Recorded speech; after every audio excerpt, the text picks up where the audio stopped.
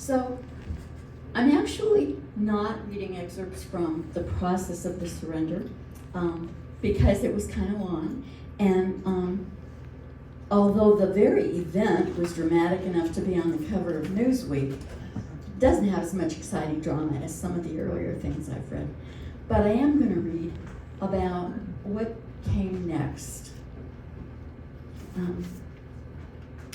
which is the inner work that I was allowed to do and supported to do in my time in prison.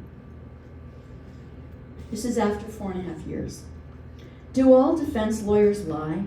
Is that the only way a client would ever accept a plea bargain? Ricky said that a sentence of 8 to 12 years means 5 years.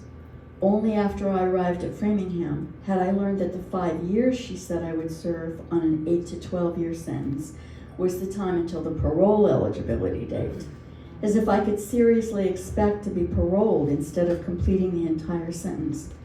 The confirmed release date, accounting for for what they called statutory good time, was more than 7 years away. When Massachusetts officials told Ricky I should put my head down and earn all the good time I could, I did just that. I earned so much good time that my parole eligibility date moved to March 1998 after only 4.5 years of prison. Parole is an inmate's supervised release before the whole sentence is completed.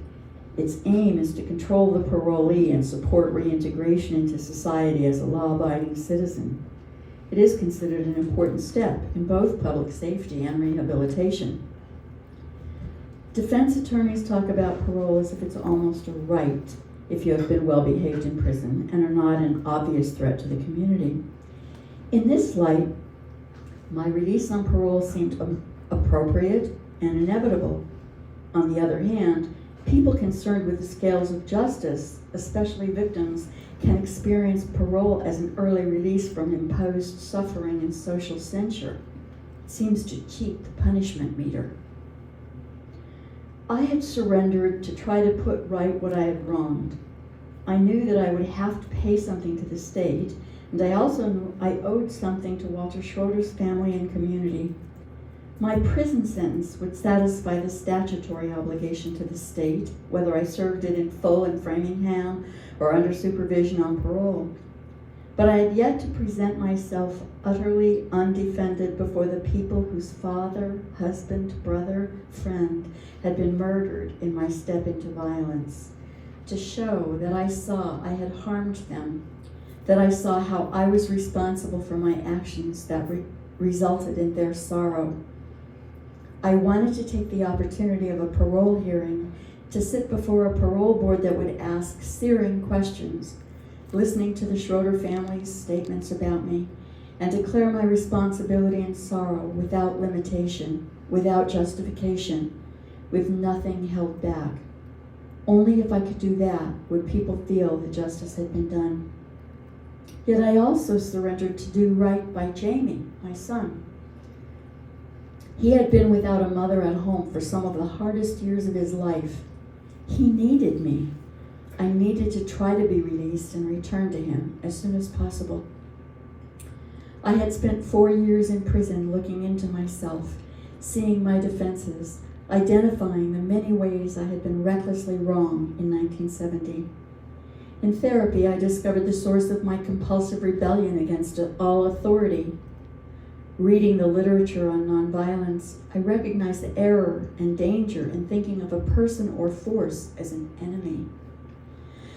Through spiritual development, I had become able to see myself both as a person who had done something so destructive and as someone socially and spiritually redeemable.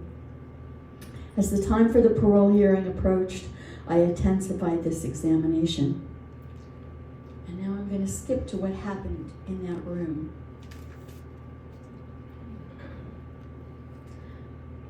Around 4, a team came in and uncuffed me from the chair.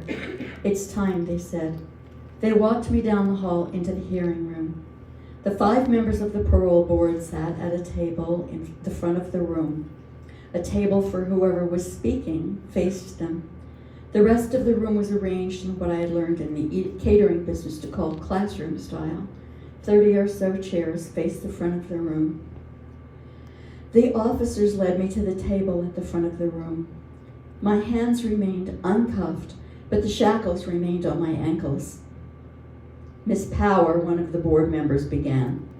We understand that your behavior while incarcerated has been exemplary, that you have been a fine and upstanding citizen in Framingham.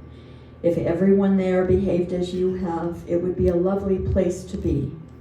But that is not what we are here to consider today. Instead, we will be deciding whether the interests of justice are served by your release from prison to the community on parole at this time. The statement I had written in answer to the parole questionnaire had been presented to the board members. They questioned me for more than an hour. 2 moments stand out in my memory. One of them read from my statement.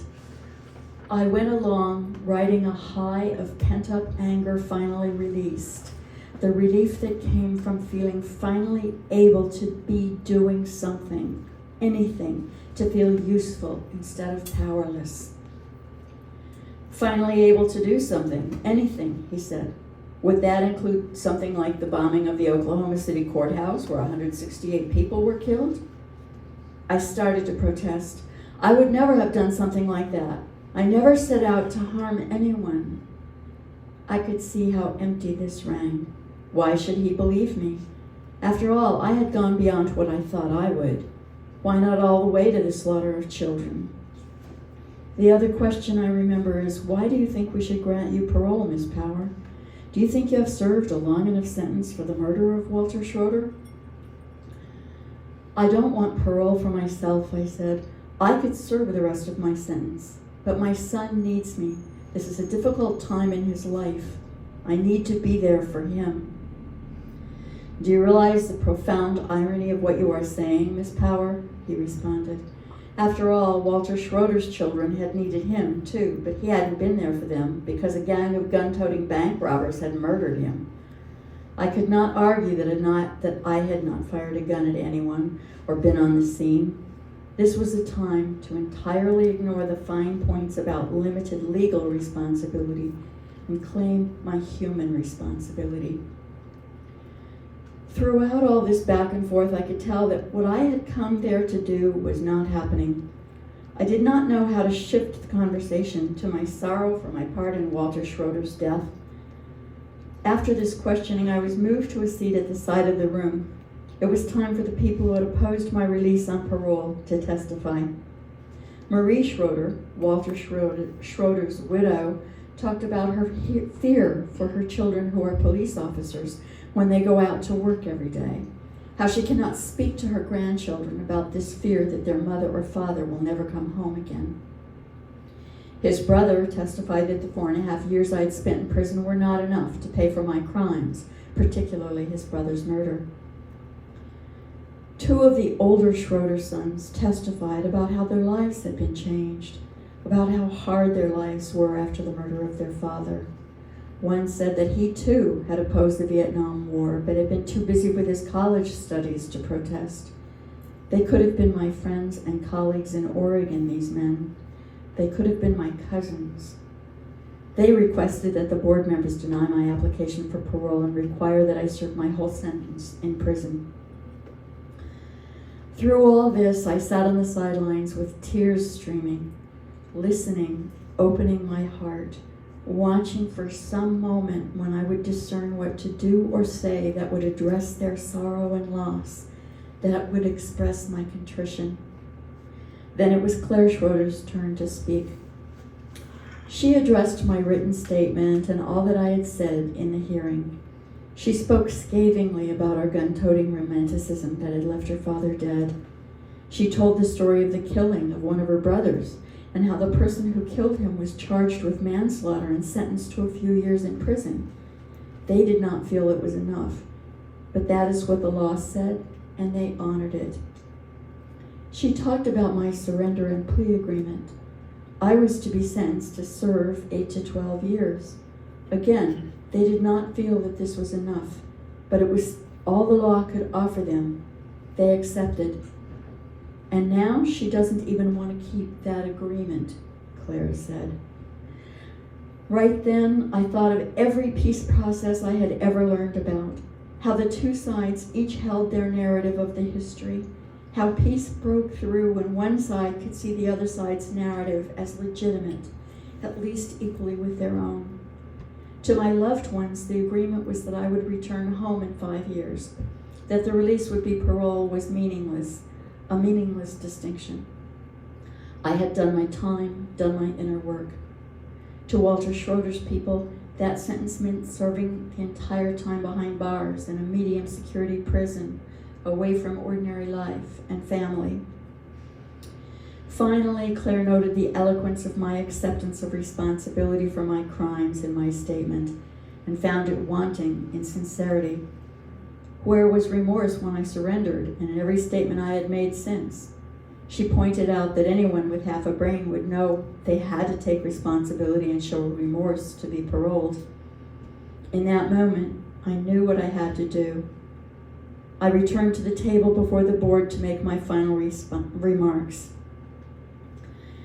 It is clear, I said to them, that what I came here to do, which is to express my unconditional remorse for my actions in the murder of Walter Schroeder, cannot be accomplished as long as it is attached to a request to be released on parole.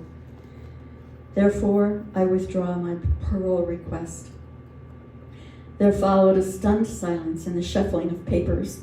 The head of the board took up her pen and said, "Let me make sure I have this right. You are withdrawing your request for parole?" She read back what I had said, and I affirmed it. I was escorted into the next room and manacled again. Officers walked me through the hallways and down the stairs out into the night that had fallen by now. Flashbulbs popped. Reporters shouted questions. I ignored them. I thought what I had done would probably become another big news story, but I did not care. All that was in another universe of fighting and enemies, not the world of the open heart I had somehow found my way into in those last moments.